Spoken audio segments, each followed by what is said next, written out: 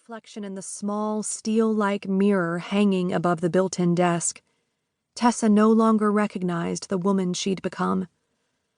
Her blonde hair was now streaked with thick stripes of silver. Her once bright blue eyes were now as dull as the mop-water-colored prison walls that stared back at her. 10 years living, if you could even call it that, in a 7-foot by 10-foot cell could do that to a person. She stared at the steel hinges that held her single bunk to the wall. Her bed was a thin, blue and white striped dingy mattress atop rusted springs that creaked with every twist and turn. And the worn gray wool blanket on the bed, which she'd learned to make with military precision, was nothing more than a nighttime battleground. Underneath that blanket, she fought the demons that haunted her dreams at night and tormented her days. She'd adjusted to life in prison as well as anyone could under the circumstances. But the anger that grew deep inside her with each day spent behind bars was now barely containable. 10 years of incarceration for a crime she had not committed, of complete and utter hell, had infested and darkened her soul. The clank of metal against metal, a shrill cry, a moan from someone in the depths of prison passion, were so common now that she hardly noticed them. Each day was the same as the 1,000 next and the one before it. In the beginning, she'd simply curled up at the corner of her bunk at night, fearful of what might happen if she fell asleep. Given the nature of her supposed crime, she was immediately ostracized by the other inmates.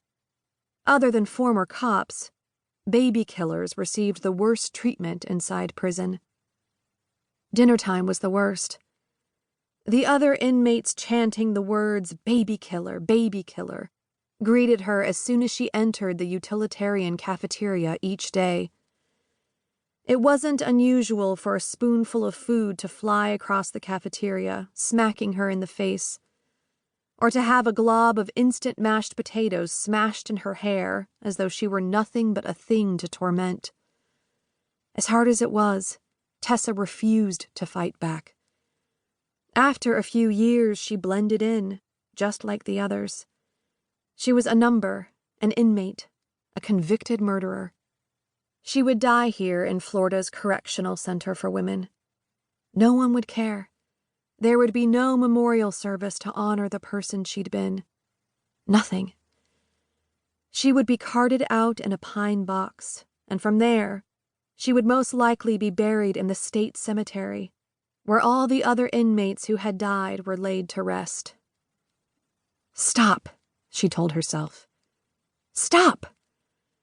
It was these thoughts that would kill her, not the other murderers and drug addicts, not the child molesters and rapists housed in the men's prison across the road.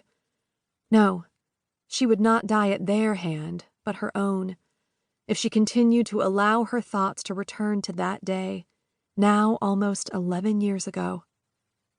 She had died that day, because since the moment she discovered the dead bodies of her husband and twin daughters floating in their pool, bobbing up and down, like the red and white bobbers used by fishermen, she'd had no life. Nothing would change the devastation of what her family had suffered. There was no going back. To this very second, she was as traumatized as she'd been the day the words, "guilty of murder in the first degree," filled the courtroom. Nothing would ever bring her a moment of happiness. Nor did she deserve it. If only she'd stayed home that weekend instead of racing to the mainland to prepare for an indefinite stay with the girls. The memory of that last day was all too clear to her now, very clear, having emerged in bits and pieces during her 10 years in prison. If only she could turn back the hands of time. Chapter 1. October, 2021. Tessa rolled over, facing the same wall she'd viewed for more than 10 years. 37 cracks, 190...